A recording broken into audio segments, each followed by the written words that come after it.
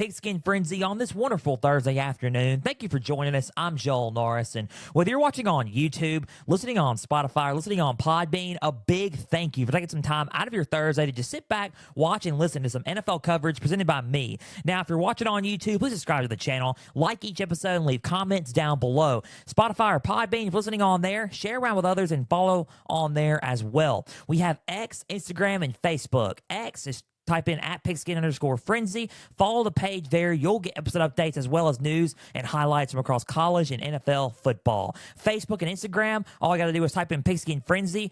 You'll follow, like the page there. You'll get episode updates. As there's a trivia question on Instagram stories. Just go and answer today's, as well as all things up to date for Pigskin Frenzy.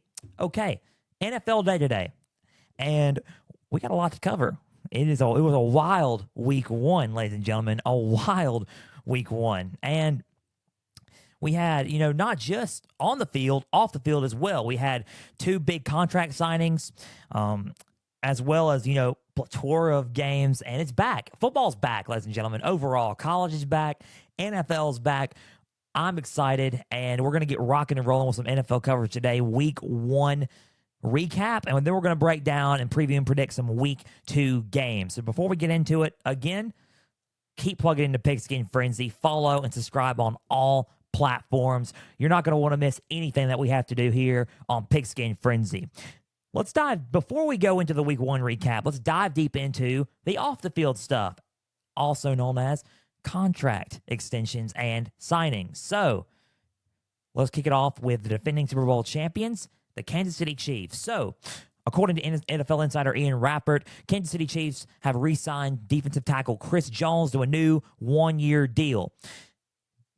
Didn't really give the specifics, but we all know that the incentives are, pretty solid, and he's going to make a lot more money this season with the defending Super Bowl champions. They get Chris Jones back. He did miss the opening game against the Detroit Lions, but he's not going to be able to hold out any longer. He's now reported he's back with the team, and he's most likely will be ready to go for the, Jacksonville Jaguars game in Jacksonville coming up Sunday. So Chris Jones is back, and you retain him, and that is good. You do not want a Chris Jones holding out.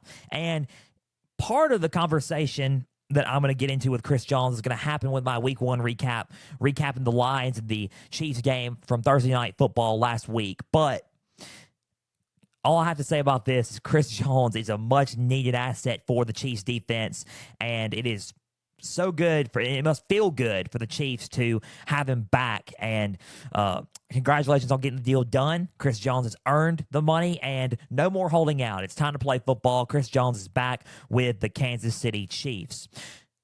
Let's move on really quick up to their newly found rival, the Cincinnati Bengals. And we all knew this was coming. It's been, pretty much speculated that a new contract was in the wings, and it's finally happened. So last Thursday, it was announced before the Kansas City game, the Cincinnati Bengals and quarterback Joe Burrow have agreed to a new 5-year deal worth $275 million, with $219 million guaranteed. Let me rephrase that.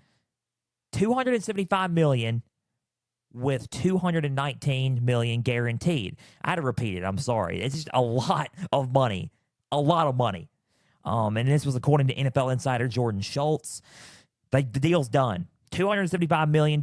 He's the highest paid NFL, not just quarterback, but NFL athlete in history of the league. So he's the highest paid player in the league. $55 million a year is what he will make annually. Joe Burrow, the richest man in professional football today. He gets the deal done. They were talking about it after Justin Herbert got his deal. He's back with the Cincinnati Bengals. Now, will they be able to retain his best friend and star wide receiver Jamar Chase? And will they be able to retain T. Higgins? The thing is, they may be able to get Jamar Chase, but, and this is a whole other conversation, will they get T. Higgins back? T. Higgins is a valuable wide receiver number 2 for the Bengals, and things are looking kind of iffy on that end. They were talking about, there was rumors of them trading him or releasing him, and it's looking like this could be his last season is what I'm hearing. I don't know what's happening there, but it's one of those things that make you scratch your head and like, really? Like T. Higgins is a valuable asset to the receiving room for Joe Burrow and the Bengals. So I don't know. I don't know what's going to happen there. It's kind of interesting to speculate and think like this could be his last season. He could go play somewhere else, but who knows? Who knows what happens? I'm gonna get to Joe Burrow and the Bengals in a minute in the Week 1 recap. You probably already saw. There's a lot. I tweeted it out on social media and on X. There's a lot to cover, a lot to break down with Week 1. I'm about to slide into it there, but Joe Burrow, the Bengals get that 5-year deal, $275 million deal done. $55 million a year. $55 million a year. That's crazy. I don't know what I would do with $55 million a year, ladies and gentlemen. I do not know what I would do with that much money. But he's got it, and he can, spend it on cars or, whatever nice clothing he wants to buy. So good congratulations to Joe Burrow and, getting that deal done. He's the richest man in professional football and in the league. We'll move on to Joe Burrow in our Week 1 recap, and let's dive deep into the Week 1 recap. Let's go on to the field here. So Week 1 recap, it was filled with, buzz. I had a lot of picks. I had, the Lions and the Chiefs, Browns, Bengals, Eagles, Patriots, Cowboys, Giants, and Jets, and Jets and Bills. So I got one game right. I'm just going to be honest. I got one game right. I predicted all of them. I thought it was going to go the way I thought it was going to go. It didn't. It didn't. I was right in certain aspects, wrong in others. Right about, like how the game was going to go. Wrong about, the outcome. Right? So let's kick it off with last week's Thursday Night Football game, the opening game, the Detroit Lions going to the Kansas City Chiefs. The Lions visiting Arrowhead for the first time in 20 years. Back and forth game from the opening kick, and it was surprising. Honestly, I thought the Chiefs were going to show some offensive firepower. Now they did lose Travis Kelce, and this was a big part in this, and I'm going to get to that in a minute. So let's go over with the final score: Lions 21, Chiefs 20. As I'm sitting here rocking back and forth, I'm like, wow. Detroit Lions 21, Kansas City Chiefs 20. The defending Super Bowl champions gets upset. Opening game, they are 0-1 to start the season. The Detroit Lions are 1-0. And let me go on and tell you something, guys. The Lions look for real. I'm not going to lie. The Detroit Lions look for real. They really do. Let's go over the stats. Jared Goff was 22 for 35 with 253 yards and 1 touchdown. They look for real, ladies and gentlemen. They really do. And it boggles my mind because you're thinking, the Detroit Lions, they haven't done a lot. Even when Stafford was there, they were still, trying to do something, but they couldn't get anything rolling. But the Lions are looking, actually, they can make a run, couldn't they? And the way they played Thursday, they really could. They can make a run. Brian Branch, the rookie defensive back out of Alabama, tabbed a pick 6 Thursday night. That was crazy. So both sides of the ball look good for the Detroit Lions, by the way. The coaching, awesome. Dan Campbell called a good game. The coordinators called a great game. Let's go over with Patrick Mahomes' stats, and I'll tell you about the Lions in a little bit. Patrick Mahomes, Chiefs quarterback, he was 21 for 39 with 226 yards and 2 touchdowns with 1 interception. Hence the pick 6. Mahomes played good in the first half. I think he kind of dipped a little bit in the second half. Let me revert back to the Lions now. I'm sorry, I'm jumping from thing to thing, but let me revert back to the Lions, and I'll make my whole point across. Coached a good game. Coordinators, coaching was excellent. The game plan was off the charts. David Montgomery had a solid game. Jared Goff led this team really well. Brian Branch, played phenomenal in his first game as a Detroit Lion. And Aiden Hutchinson, starting off his sophomore season in the NFL hot. He actually played a big part in that defensive line and getting some pressure on Mahomes. He really did. He made some excellent plays. He tackled Pacheco. He made a lot of excellent plays on the front seven for the Detroit Lions. Aiden Hutchinson, keep an eye on him this season, ladies and gentlemen. He looked like a man on a mission. He may be, an underrated candidate, could be for Defensive Player of the Year if he keeps going the way he's going. Aiden Hutchinson, solid in that win against the defending Super Bowl champion Kansas City Chiefs. Detroit looks good, man. They do. And you can make an argument that the Packers won against the Bears. Jordan Love looks impressive as well. It could be a Lions and Packers, division right now. The Vikings the Vikings still look good. The Vikings had a tough loss against the Tampa Bay Buccaneers. The Buccaneers look good also, but that's a whole other conversation. But the Lions look solid. The Lions, if I am not mistaken, here as I pull up their schedule. Let's pull up their schedule. They have the Seattle Seahawks this coming up Sunday at 12, a game that I'm not picking, but it's a very underrated matchup. So if I'm a football guy, not just a Seattle fan. If you're a Seattle fan, I take note. But if you're a Detroit fan, I take note. Seattle looks good also. They had an impressive showing against the Los Angeles Rams. Even though they lost, they still look good in the first half. 0-1. The Rams beat them 30-13. Matthew Stafford looks good, by the way. He's back. They didn't even without Cooper Kupp, they didn't skip a beat. But that's a whole other conversation again. Here I go, just going off the topic. But the Lions look good. If I am a football fan in general, I'm tuning into that game because that may be an entertaining game. Seattle travels to Detroit and they play this Sunday. I'm not picking it, but if I'm Seattle, I'm watching out, and vice versa. Good game for the Lions. Congratulations on getting the win. What does this mean for Kansas City? Now, don't get, all down yet. There's 17 more weeks to go, obviously. And the Chiefs are going to be fine. I know they're going to be fine. I'm pretty sure I can almost guarantee they'll probably be in the playoffs. If they don't get in the playoffs, I will, I don't know. I'll do another giveaway or something. I don't know. But I'll give something back to the subscribers and followers of Pigskin Frenzy if they don't make the playoffs. But I'm pretty sure they're going to make the playoffs. But there were some questions there. And there were. Like the defensive front. And this is where I said that Chris Jones was going to come into play. Without Chris Jones running the front seven, they look like a completely different front seven. They do. They don't know what to do without Chris Jones captaining them. Chris Jones is a big part of that front seven, coaching them up and showing how to progress and be physical on that front seven against offensive lines.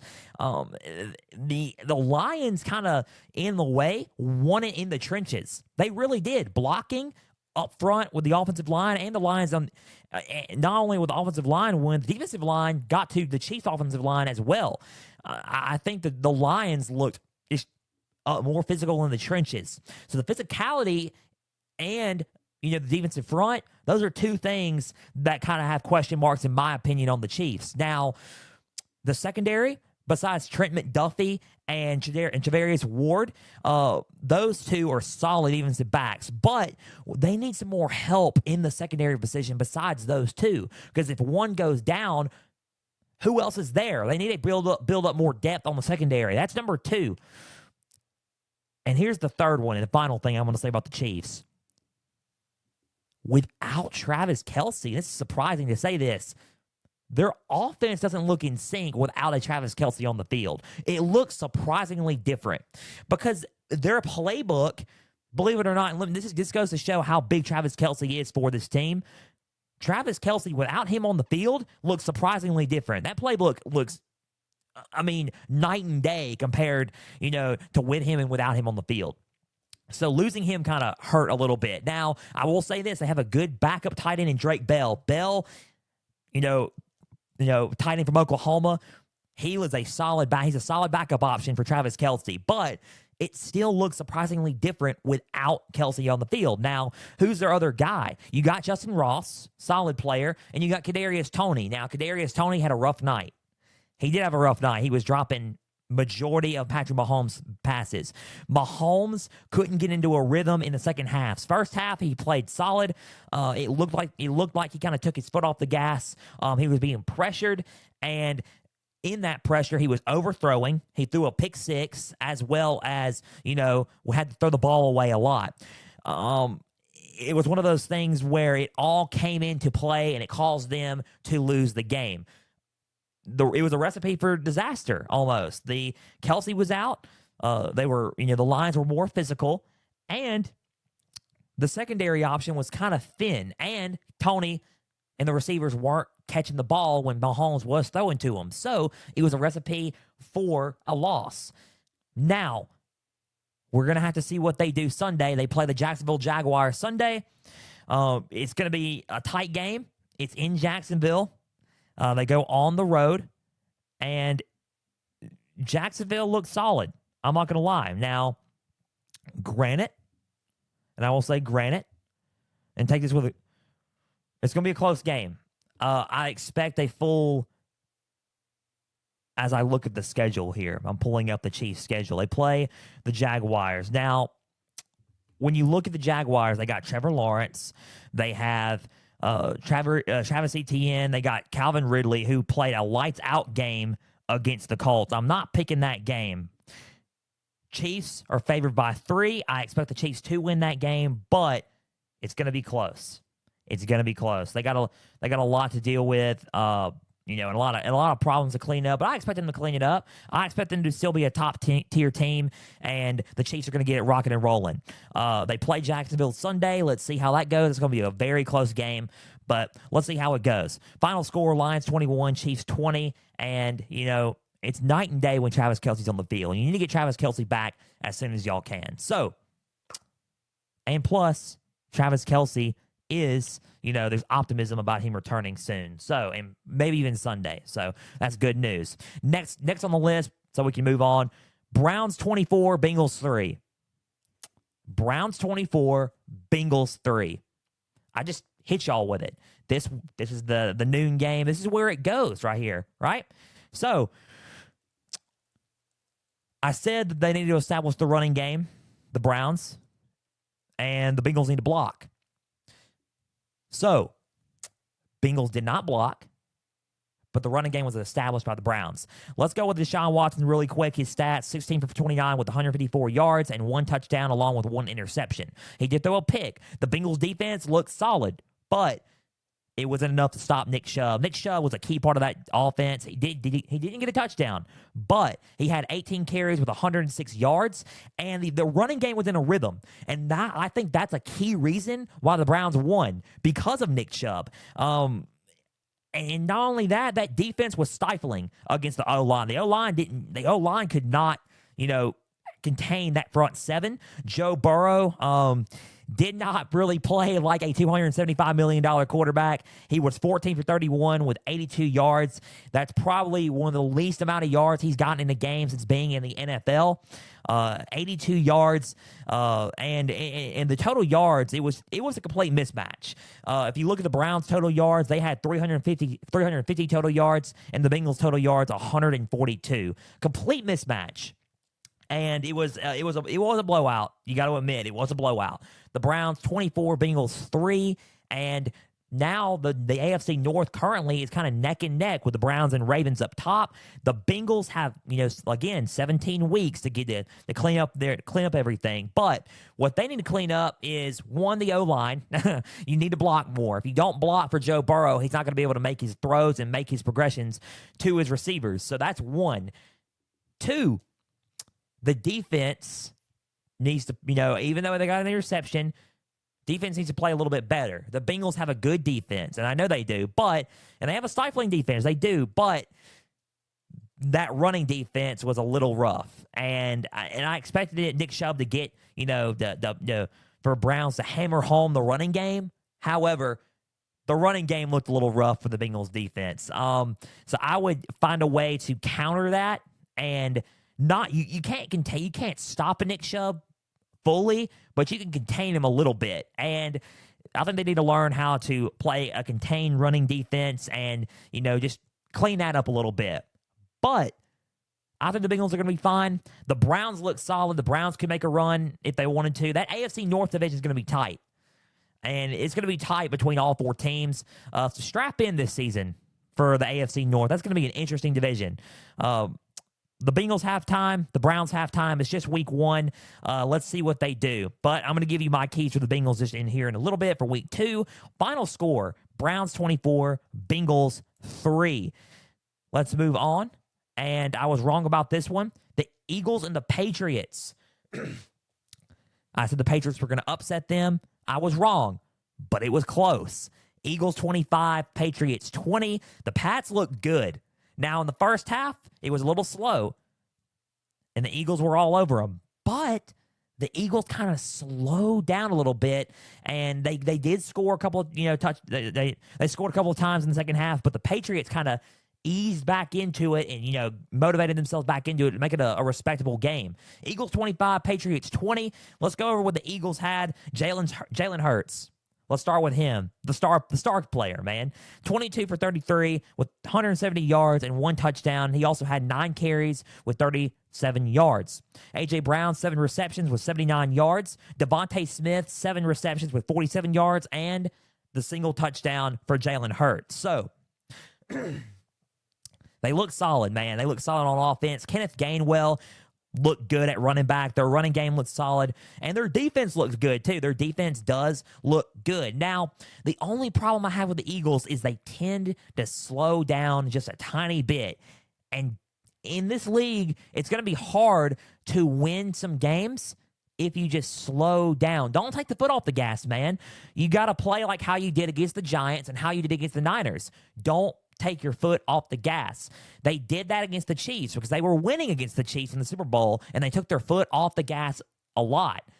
Do not take your foot off the gas, and they did that a little bit against the Pats. Granted, they won, but they took their foot off the gas a little bit. I wouldn't do that, and I would just try to find a way to keep pressing forward. Mac Jones for the Patriots, 35 for 54 with 316 yards and 3 touchdowns with 1 interception. Mac Jones played solid. He looked good. Bill O'Brien expanded that playbook, and he's a difference maker for that Pats offense. They look good. They look really good on offense. Mac Jones had a solid game. Ramondre Stevenson, 12 carries with 25 yards, and Ezekiel Elliott had 7 carries with 29 yards. Granted, the only mistake Ezekiel Elliott had was that fumble, but the running game still looks pretty good. Kendrick Bourne caught 2 touchdowns. Hunter Henry caught 1. So Kendrick Bourne looked good. He looks like a good go-to guy for Mac Jones, along with Juju Smith-Schuster and Devontae Parker. Kendrick Bourne is a solid option. So you got a group of underrated receivers for the Pats. The Pats look solid. They do. That offense, you can expand it, and they can make a run. That AFC East division is going to look good. And I told you guys this. I said that the AFC East division was going to look pretty solid. So let's just see, where the Patriots go from here. You got the Dolphins, you got the Bills, you got the Jets. They all look good. I mean, and I say all look good, and I kind of hesitated there. I'm going to get to that in a minute. But final score, 25-20. Pats made a respectable game. Eagles look good. Pats look good. Just a few mistakes to clean up on both ends. But 2 teams that look pretty solid and can make a run in their divisions and in their conferences. So final score, Eagles 25, Patriots 20. Let's move on to Sunday Night Football. And I was right about this one, but I didn't know how right I was going to be. I said the Cowboys were going to win in a runaway game, blowout game, and they did. But it was worse than I expected it was going to be. Final score, Cowboys 20, the New York Giants 0. I'll repeat it. Sorry, I'll repeat it. Dallas Cowboys 40, Giants 0. Now, and I will say this: the offense for the Cowboys looks good on the running game. Now, I will say throwing the ball, they looked better, but there were still some miscues that could cost them some games, and I could see it. Dak was 13 for 24 with 143 yards, no touchdowns. Tony Pollard, 14 carries with 70 yards and 2 touchdowns. Feed the running game. Feed Tony Pollard. And they did that. key to the game. Feed Tony Pollard, get the running game going. And they did. So good on them. This game was the defensive game for the Dallas Cowboys. And I will get to that. Daniel Jones for the Giants, rough night. And it was a rough night. 15 for 28 with 104 yards and 2 interceptions. They couldn't really get anything going on offense for the Giants. Saquon Barkley had 12 carries for 51 yards and a fumble. It was a rough night, you know? It was different, you know? And it was hard for the Giants to do anything. And it was all thanks to the Dallas Cowboys defense. So the defense for the Cowboys, they shined. 7 sacks with 3 takeaways. 7 sacks with 3 takeaways. And it doesn't get any easier for the Giants, if you want to look at it. It doesn't get any easier for them.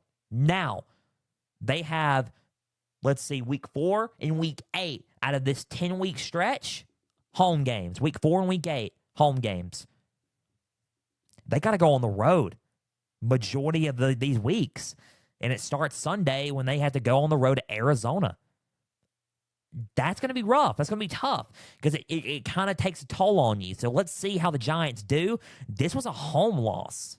And if they do this at home, what's going to happen in a road game? You know what I mean? It's going to be tough. It's going to be tough. The Giants, I know the Giants can probably do it. I'm motivating them. The Giants, y'all can do it, but it's going to take some work. So this is a hard loss right here. Very hard loss. The Cowboys, what does this mean for them? Now, if you look at it from this standpoint, advantage. You got probably one of the top defenses, if not the best defense in the league out of week 1 so far. Now, can they maintain it? Can they maintain everything and make a run? Finally, that is the only question I have about the Cowboys because they've been hyped up year after year after year since I was even watching football year after year. Can they finally make a run? They have one of the best rosters in the NFL. Can they make a run? That's the only question I got about Dallas. Can they do it and can they maintain it? Or will they blow it? It's one of those things where it's every year with Dallas. So I think I got to see a little bit more. It's only week 1, and I got to see a little bit more of both teams. But final score, 40, Giants 0. Rough night for the Giants. And good for the Dallas Cowboys, especially their defense. Their defense won them this game.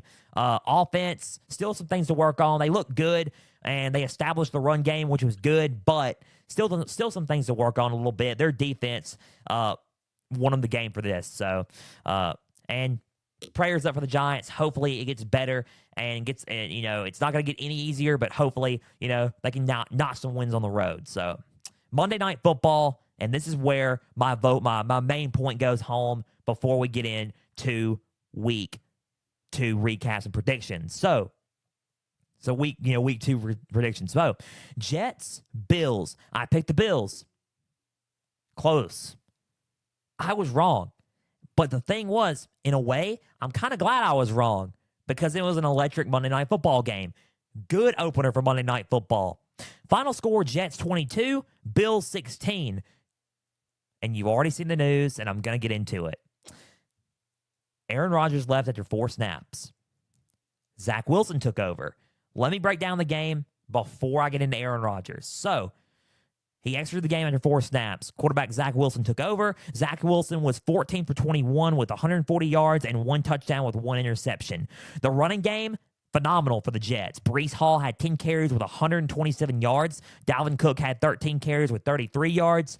And Garrett Wilson was phenomenal in this game, as well as the Jets defense. Garrett Wilson, 5 receptions with 34 yards, and that amazing grab, that amazing, unreal touchdown catch against the Bills this past Monday. Garrett Wilson looked phenomenal. Zach Wilson looked in sync with him, and he looked good. He stepped up.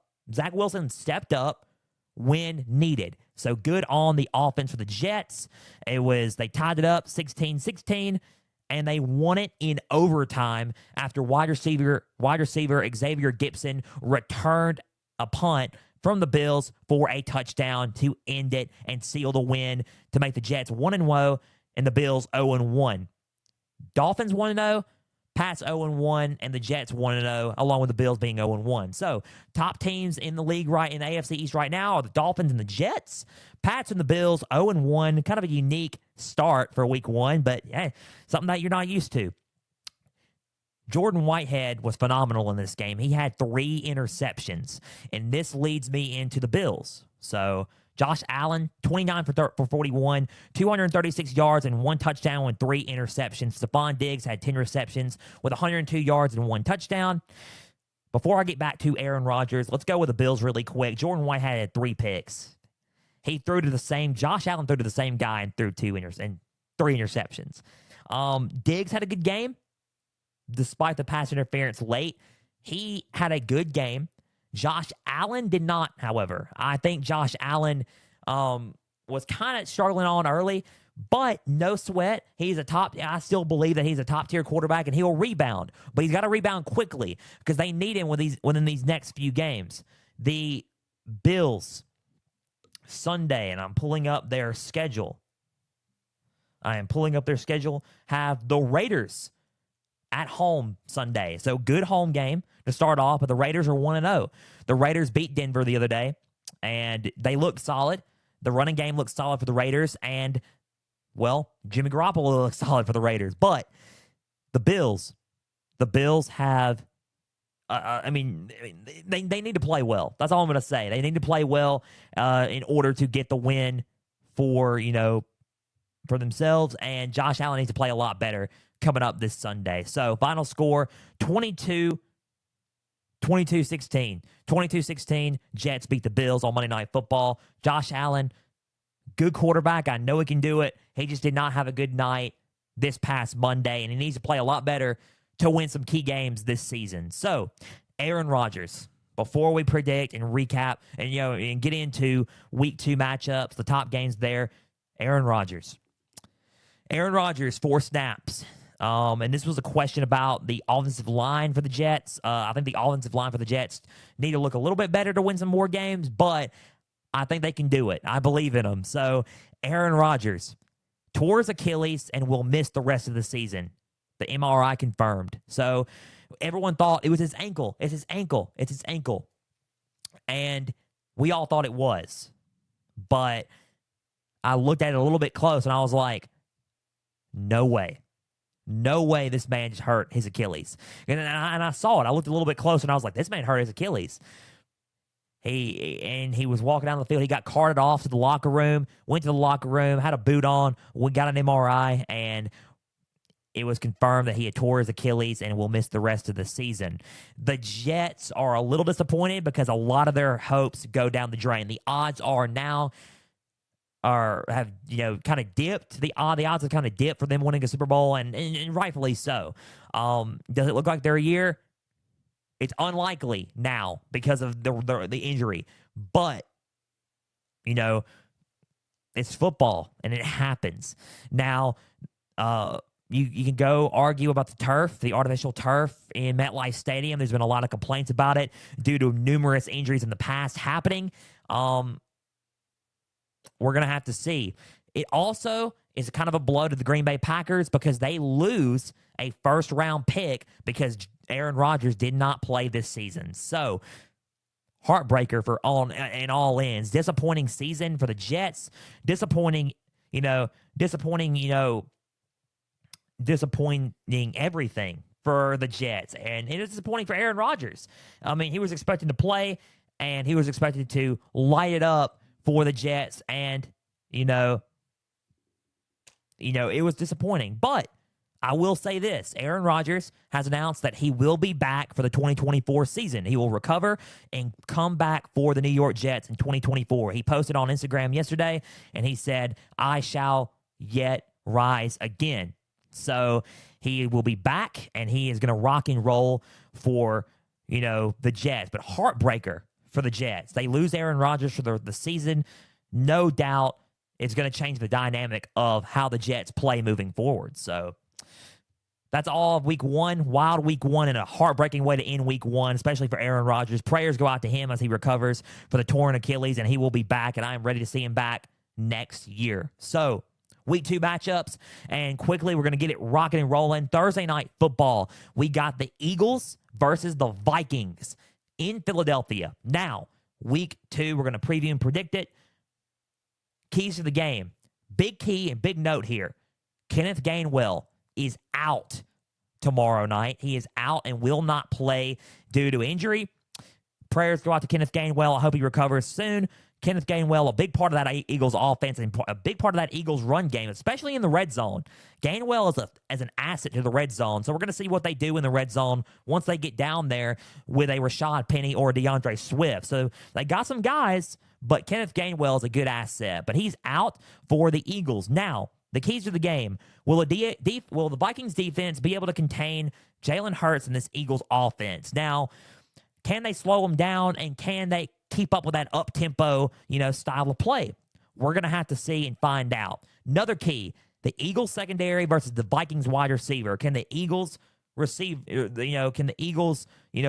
backs, Darius Slay, go up against a Jordan Addison and most definitely wide receiver, defending offensive player of the year, Justin Jefferson. Now, let's see what happens there. I think the Vikings, and this is how I'm looking at it, who wins? I think the Vikings are going to come out hot. They are kind of upset about losing to the Buccaneers. They're going to come out hot. But I think, and this is just me, I think the Vikings, close game, lose it. And you're going to think, dude, you just had us waiting there. They do lose this game. I think the Vikings will play close, but I think the Eagles will prevail by a score of 31-24. 31 Eagles, 24 Vikings. Close game, but I think Jalen Hurts and the Eagles offense go ahead and score a late touchdown to ice the game. 31-24. They beat the Vikings on Thursday Night Football on Amazon Prime tomorrow night. Just think it's too tough to contain that offense right now. Eagles go 2-0. Vikings go 0-2. And I think with this, the Vikings will then start winning some more games because I think their schedule, favors them a little bit more, in the longer run. So Vikings 0-2 start the season, but I think they will bounce back and recover. Eagles 2-0, rocking and rolling. Team in the NFC to beat, right? So, next game. Let's go with some Bengals and Ravens. Another AFC North matchup for the Bengals. Bengals and Ravens. Here we go. Playoff game, rematch from the divisional playoff game, or, first round playoff game. Bengals, Ravens. Bengals beat the Ravens in the playoffs. Now they're going to meet here, week 2 of the NFL. Now, will key players for the Ravens play? This is a key in this game. Will the key players play? Mark Andrews, questionable because of his knee. Marlon Humphrey, foot. Will they play? Those are some 2 key guys for the offense and defensive side of things for the Ravens. Will they play? So that's another key. Big key here for the Bengals. Will the real Joe Burrow please stand up? Now, just to quote Eminem on there, will Joe Burrow, the real Joe Burrow, please stand up? Now, I say that because he had 82, I think. Go back to my notes here. He had 82 yards. Yeah, 82 yards against the Browns. So, will he play? They need Joe Burrow to win these key games. Ravens is a very key game. You do not want to start off 0-2 in the league, and you don't want to start off 0-2 in this division. That's tough. You don't want to start this. The Bengals, this is a must-win for the Bengals, I think. Early on, a must-win for the Bengals.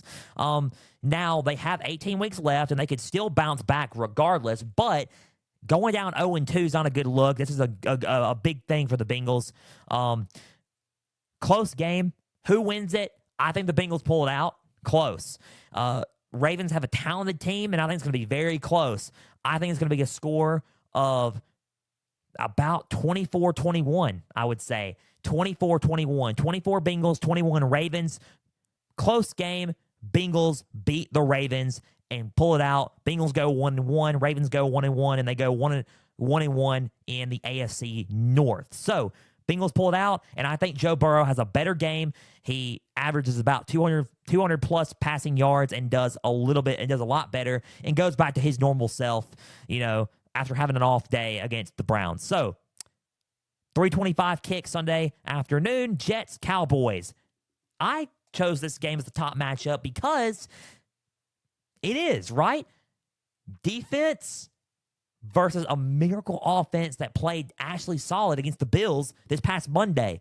Jets, Cowboys. Jets go to Dallas. Tough road game for the New York Jets, especially after losing star quarterback Aaron Rodgers for the season. Now, keys to this game. Can Zach Wilson lead this team?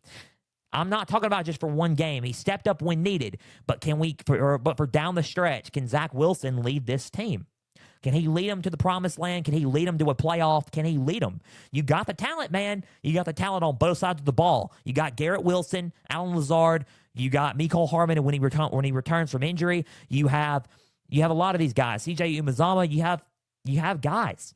But can he lead this team in the long run? Can he keep up the pressure and put the team on his back to win ball games? Now, key to the defense for the Cowboys, pressure Wilson to cause mistakes, and you got to make Zach Wilson, force him into mistakes that he can't help but make, as in pressure him so much that that you force a fumble, force interceptions, and force takeaways like you did last Sunday night against the Giants.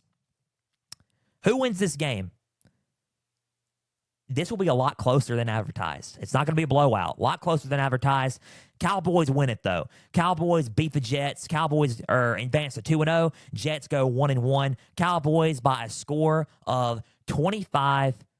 25-17. Now you're thinking it's not too, that's a little interesting score there, but it is. 25-17. It's not going to be, too bad, It's not too bad of a game by 8 points. 8-point win for the Cowboys. 25-17. They beat the Jets. Jets go to 1-1. Cowboys go to 2-0. Now, last but not least, before we conclude today's episode of Pigskin Frenzy, Sunday Night Football, Pats versus Dolphins. Ready for that game. I am honestly excited about this game. Now, the Pats. Let's just talk about them for a second. They play a hot Dolphins team, and the Dolphins look really, really good against the Chargers. They pulled it out. Tyreek Hill looked phenomenal against the Chargers. And this is my question and my keys to this game, because the Patriots look good, the Dolphins look good. Even though the Dolphins 1-0, Pats are 0-1, doesn't matter. They both look good. Going to be a good game on Sunday Night Football. Keys to the game, Pat's secondary versus the Dolphins wide receiver. Who wins that matchup? That's going to be tough. You got to have it's a tough ask to guard a Jalen Waddle and cover a Tyreek Hill. So that receiving core versus the Pat secondary, who wins that, right? And another key for both teams, who plays better at the quarterback position? Mac Jones or Tua Tagovailoa? Now, Mac Jones on paper probably has the better stat line than Tua, but Tua looks solid at the quarterback play as well. Who plays better at quarterback is the key to win this one. Who wins it? Close game. Close game coming up Sunday night. But I got to go with the Miami Dolphins winning this one. I think the Miami Dolphins beat the New England Patriots. Miami Dolphins gets them 35-28. Close game, 35-28. Dolphins 35, Pats 28. Patriots move to 0-2. Dolphins move to 2-0. And they lead the AFC East after this week. I'm high on the Dolphins. I have been high on the Dolphins for a while. They win 2-0, 1-1, 0-2 for the Pats.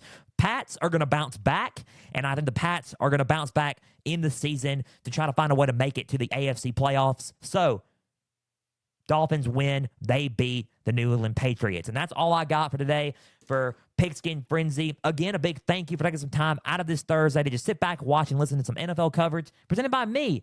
Now, if you're watching on YouTube, listening on Spotify, or listening on Podbean, subscribe to the channel and follow on those platforms as well. Leave comments down below and like each episode. Follow on X. Type in Pigskin Frenzy.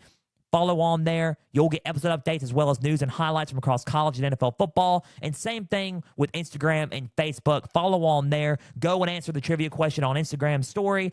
You'll get episode updates as well as all things up to date for Pigskin Frenzy. Again, big thank you today. Also, reminder, college football episode Tuesday. Have a great weekend as well as we got our correspondent on for Pigskin Frenzy. Our college football Pigskin Frenzy correspondent, Noah Crow, will be joining us. We will break down and recap week 3 as well as preview and predict week 4 top matchups on Tuesday. I'm Joel Norris signing off. See you Tuesday. And for everybody out there, stay the course.